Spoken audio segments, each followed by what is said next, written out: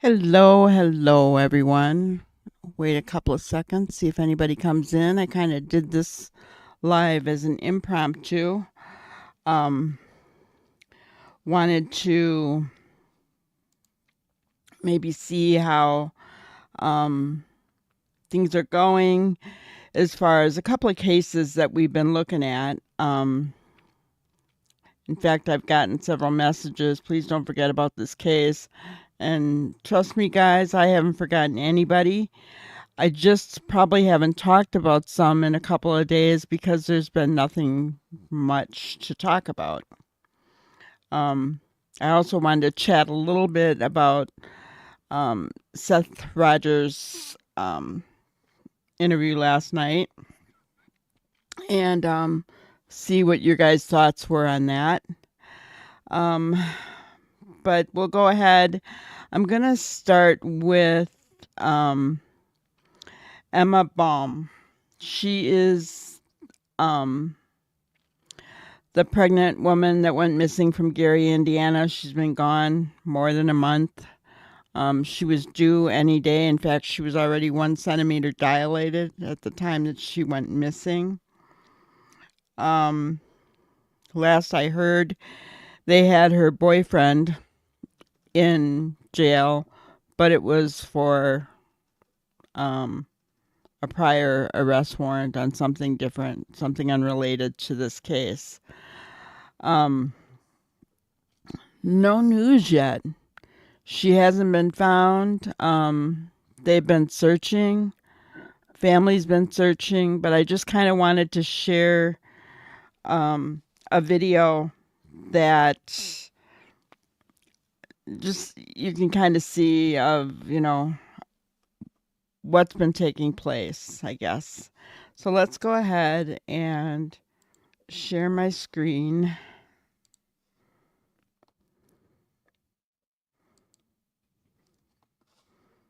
Okay. The search for a missing pregnant woman in northwest Indiana. The family desperate to find the young mother of three. Our Jermont Terry is live in Gary with what he's learning about the search. Jermont. Erica, the neighborhood where this young lady vanished here in Gary is very desolate, yet family and friends of 25-year-old Emma Bond have been in that neighborhood looking for her and clues into her disappearance. Now, here's a look at Emma. She was last seen here's a look at Emma. The last time anyone heard or saw her was more than a month ago on October 10th. Emma was expecting another child and was due any day when she vanished. With more than a month passing, the concerns and fear have mounted for the family. They were out today like they've been for countless days. Volunteers searched overgrown fields. This group also knocked on doors, passing out flyers to neighbors. Even canines are involved in the search to find her. Emma was last seen coming to this house back on October 10th. Her family says she came here to see the father of her unborn child. That was the last time anyone heard from Emma. Her family is holding out hope she's okay, but they admit they won't stop until she's found. I have stopped people in their cars. I have stopped people on the walking. I had talked to anybody that I could. We've been in abandoned houses. We're always going to look for her and never stop. I'm never going to stop looking for her. My whole family will never stop looking for you, Emma. Now, Gary police tell us that they are looking into this case and they have questioned multiple people, including the father of the unborn child. But at this hour, no one is in custody in what is considered a missing persons case. Reporting live in Gary outside the police department, I'm Jermont Terry, CBS News Chicago. Joe and Erica. All right, Jermont, thank you. Okay. So, no news, right? Nothing. Nothing to go on there. And, her mom, her sister, very, very distraught. It's got to be foul play, right, guys? I mean, what else could it be? I've heard rumors that, he wasn't very good. I don't know.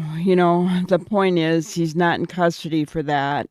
I don't even know if he's still in custody. They really haven't said anything. And there's no sign of her.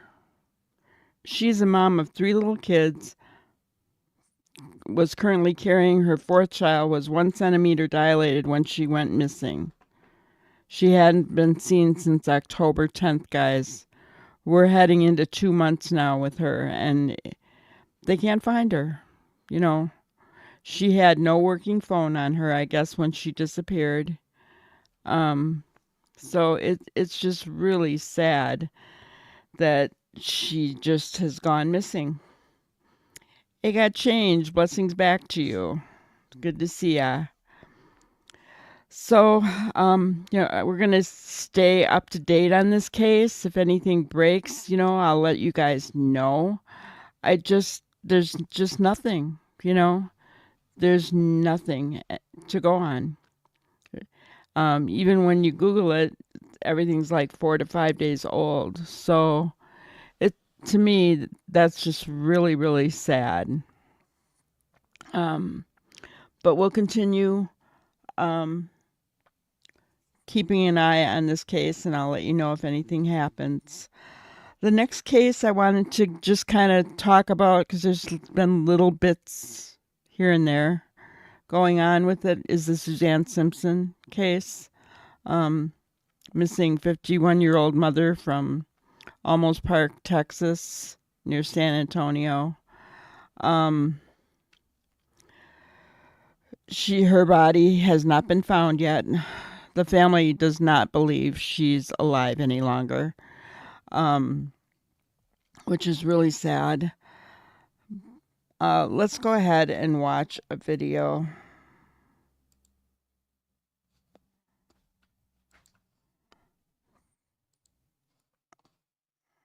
This morning, we are turning the spotlight on the disappearance of Suzanne Simpson and murder suspect Brad Simpson, her husband. The continuing search for his wife is happening there in Texas, and news that Brad's attorney is fighting for him to be released from jail is new this morning. The mother of 2 has been missing now for more than a month after she was seen fighting with her husband at the house that they shared in the San Antonio area. Now, Simpson's attorney reportedly believes there's not enough evidence to keep his client behind bars. But the arrest affidavit in this case says that Simpson was seen purchasing cement, a construction bucket, heavy-duty trash bags, Clorox, and insect repellent. This was the day after his wife disappeared. Suzanne Simpson's sister told News Nation when they heard Suzanne was missing, they knew that she was gone. From my understanding, they had this fight at the Argyle Club. They came home, the neighbors witnessed it, and I just assumed that, they had figured the whole thing out that night. And so I didn't fully understand the severity of the situation. But once I understood that, the children hadn't spoken to her in 16 hours, that's when I just knew, okay, she's already in heaven. That's just all there is to it. Brad Simpson remains behind bars. Suzanne Simpson remains missing. He's there on a $3 million bond. So we're wondering what could be the chances that he gets released pending his trial. Let's talk about it with criminal defense attorney and former prosecutor Matthew Tempanik back with us. And now joining us, domestic violence expert and former law enforcement officer Claudia King. Great to have you both talking about this case that we continue to cover. Claudia, when we hear the sister saying that we knew that she was gone, and the mother we've heard of this victim saying that we were working on a plan to figure out what to do once she left him. She was trying to leave. As a domestic violence expert, can you talk about that statistic of how at risk women, partners, it could be men as well, how at risk they become when they try to leave? Absolutely. So we do know that when they try to leave, that is the most dangerous time. And that is the time that we can expect to see a higher level of violence because that's when the abuser is ultimately losing all the control and they can't handle that. Another statistic that we know is it generally on average takes a victim 7 times to leave an abusive situation. So we don't know where Suzanne was at in that process. Was this her first time? Was she really done? We don't know. But again, we do know that if she was trying to leave, which it does seem that that was the plan, that would be the most dangerous time and the time that Brad would be most likely to commit an extremely violent act against her. Matthew, we don't have a body in this case. That hasn't stopped prosecutors from filing murder charges for Brad Simpson. What are the chances you think that a judge will agree to let him out on bond, especially considering that we've got this multi-million-dollar bond that's in place already? I definitely think that without a body, it's always going to be a circumstantial case. But my understanding, it's a relatively strong circumstantial case. So what you need to understand is when you prosecute a case, you either have a direct evidence case or you have a circumstantial case. When you have a circumstantial case, you have to eliminate everyone who could have done this. Everybody, every family member, every friend knows Brad Simpson is the one who likely committed this crime. So when you think about what are the chances he gets out, I think as if we're talking 6 months, a year down the road, a judge is not going to have to be able to keep that bond in place to keep him in custody. He's going to have to lower it because it's, all right, you can't just essentially use our system to hold someone when you know you don't have enough evidence. You need to actually convene a grand jury, present the evidence, and go forward. Or you need to wait until you get some. And Claudia King, let's talk about the fact that we don't have a body. Suzanne Simpson has not been found, but there have been these searches. We know there was a search of a landfill, but the new information we learned from the arrest affidavit that was unsealed last week is that he was asking people, where's the nearest dump? So there's something to that landfill. How difficult is it? We hear the stories of people and remains being found in landfills, but truly, how difficult is it to actually find something there? It's incredibly difficult. I mean, you think about a place that is potentially acres and acres large. There's debris being dumped on a daily basis over and over again. It seems like there might be cement involved. So if she is encased in cement, that's going to make it even more difficult to find. So, they're up against a really tough task unless Brad decides to state where he put her or just some type of evidence comes up randomly that they're able to locate her. I'm just afraid that that might not happen anytime soon. Yeah, the family certainly asking him to relieve their pain by sharing where she is, but again, it is going to be difficult to see if that happens. Claudia and Matthew, thank you so much for your analysis. That's all the time we have for, but we'll continue to follow this story. Well, enjoy the rest of your morning. Okay. So there you have it for Suzanne Simpson's case. Nothing going on right now. Did hear from somebody that thinks that something's going to be breaking very, very soon, in the next couple of days about this case. Not sure if that's accurate. But I hope so. I mean, I hope that Suzanne is found. I hope that things are going to take a turn. I would hate, I know that in our country, a person is innocent until proven guilty in a court of law. But I have to say, it really looks as though Brad is guilty, guys. You won't hear me say that very often on cases. But with all the fighting the night before, the screams in the woods after the neighbors saw Brad dragging her off, toward the wooded area. That's no coincidence, guys. I really believe that DV is a part of this case, a huge part of this case. So, I guess time's going to tell. I sincerely hope, for the children's sake, the family's sake, even Brad's family is distraught over this. You know, evidently they really love Suzanne. So, for their peace of mind, I pray that Brad will open up and say where she is, or that law enforcement will get a break and be able to find her.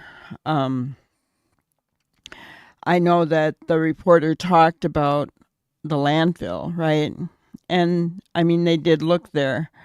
But the thing is, that bulky item wrapped in the blue tarp, which everyone thinks was Suzanne's body, that was still there after he visited the landfill. So I don't believe myself that she's in the landfill, right? I believe he put her somewhere else. And that's a lot of ground to cover from where the landfill was to where their home was. So, just pray that they will find her. I really pray that they will find her. And I will keep you guys apprised of any changes in the case. I promise you that. If it's at all possible for me, I will be doing that. The last thing that I wanted to talk about was the video of Seth last night. There's quite a bit of information shared, guys, that is shocking, honestly. I mean, I'm glad that Seth shared it. To me, it reveals that he has nothing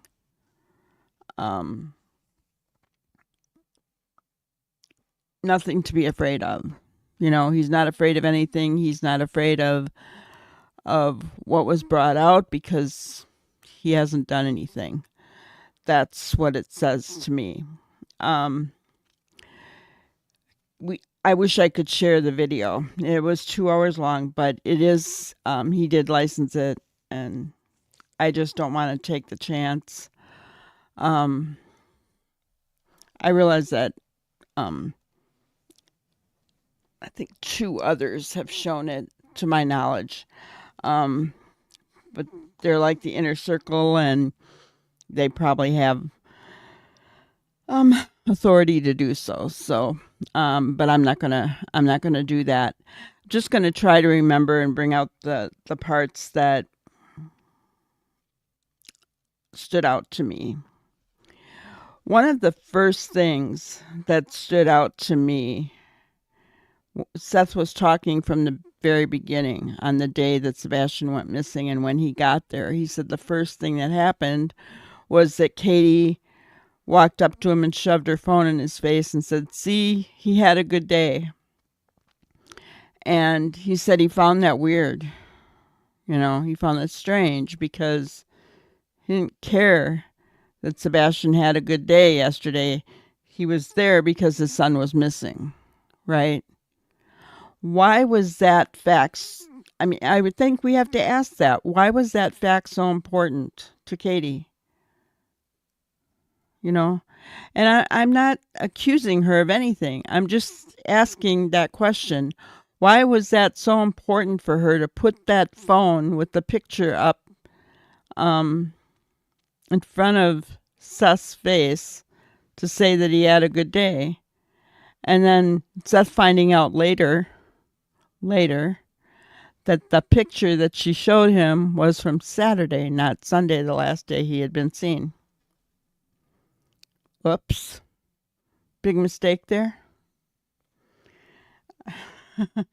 You know, so that to me was very weird. The other thing that was kind of strange is that they didn't seem to you know, they were letting everybody and anybody in. They didn't even question Seth when he walked in. Of course, like Seth said, that he was in his uniform. And maybe they thought he was just part of the law enforcement that was there, right? But they weren't questioning anybody that walked in that door. Why? Are they just going to let anybody and their mother and brother walk through that door? You know? Is that protocol? If it I don't know. To me, it seems like anybody that came around should have been questioned. I mean, if Sebastian was taken, the kidnapper could have been walking around there. I mean, it was crazy. The other thing is that they went through Seth's house like an hour and a half in and tore it apart.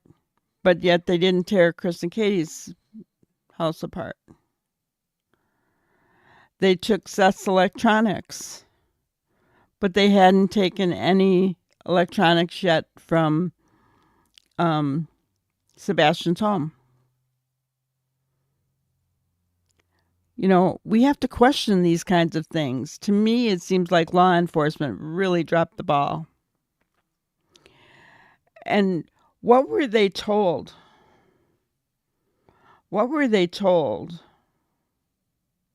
by the mom and stepdad? Because it was very obvious that they were looking, and even Dog and Nick knew when they came in all these many months later, they knew that L.E. was looking at Seth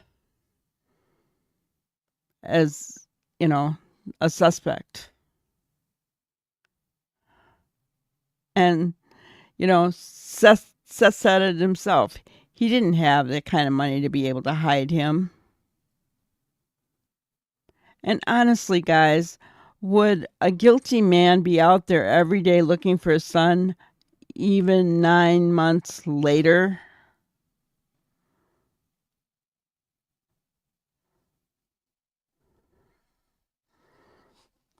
Hi, Chrissy. They had tunnel vision, believing what they were told. It's exactly what I'm thinking. They were told something. L.E. stuffed this case up. CP should not have been allowed to go and get his camper too. I agree. Not only that, they left. And then they were seen in Oregon, right? There's a lot wrong with this case.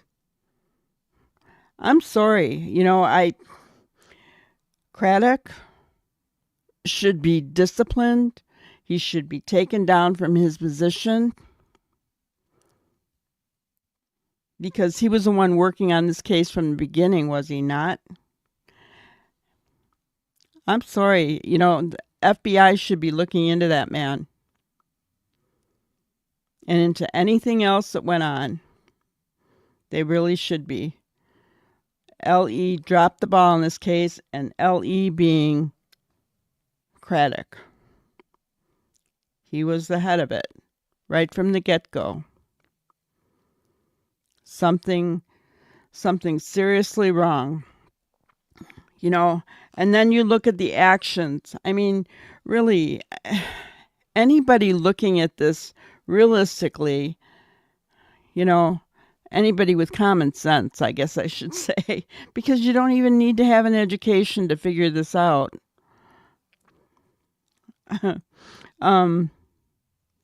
But for those who may say, you know, uneducated, I have a bachelor's degree, okay, so I'm not uneducated, but you don't need to have an education to figure this out.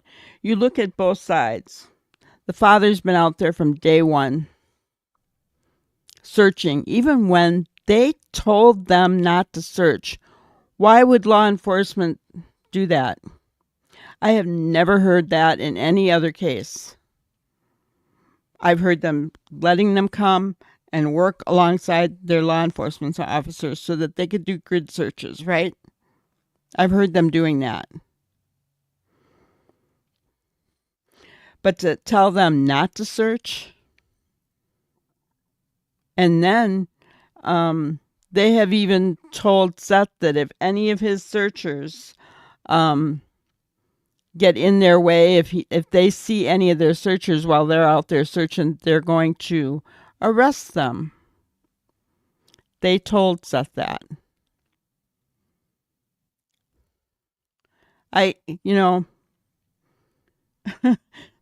But again, look at both sides. So look at the father who's been consistent. He's been out there. Even on these interviews that we've been going through, for those of you who have been going along with me on this, I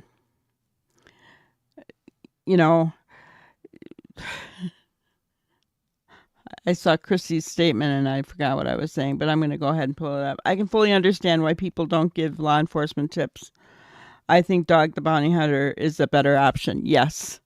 And the funny thing is that when I share, like on Facebook, and I put Dog's tip line on there, I'm getting comments under my pictures. Don't give your tips to Dog. Don't give your tips to Dog. Give them to law enforcement. Why am I getting those kind of tips? It's kind of funny. But yeah, I mean, Seth has been out there. He's been, I know what I was going to say. So even in my videos that we've been watching from day one, if they start to get off onto anything else, Seth will get quiet. But then when they ask him something, he will turn right around and say, I'm not here to sling mud. This is about my son, Sebastian. He always brings it back around to Sebastian.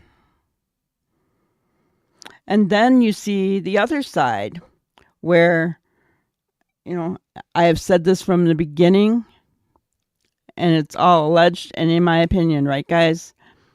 Chris is his own worst enemy. If those two had been kind and showed emotion from the get-go, things might have been different from them. Not anger emotion. Not anger emotion. Because that's a lot of what Chris was doing. And when he did that, he hurt himself. He hurt him and Katie's persona in the public eye. He did. So that's on him, not anybody else.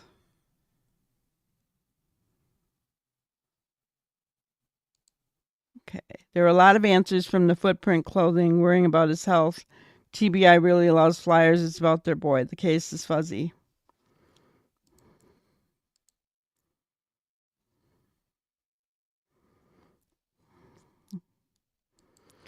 I'm not saying that the parents are all bad. I'm saying that between the two different sides, there's one side that are fighting anything getting out there about Sebastian, and then there's a father who is trying to get the word out about Sebastian. So you can look at things both ways. But to find out last night that Seth was a suspect, maybe still is, I don't know, blew my mind, because he didn't live there. He was working when Sebastian went missing. So been a lot going on. And I just think that we'll find out more. Seth's going to keep doing these videos, and I think he's going to keep speaking from the heart. He's done protecting anyone but Sebastian, and I don't blame him. I don't blame him in the least.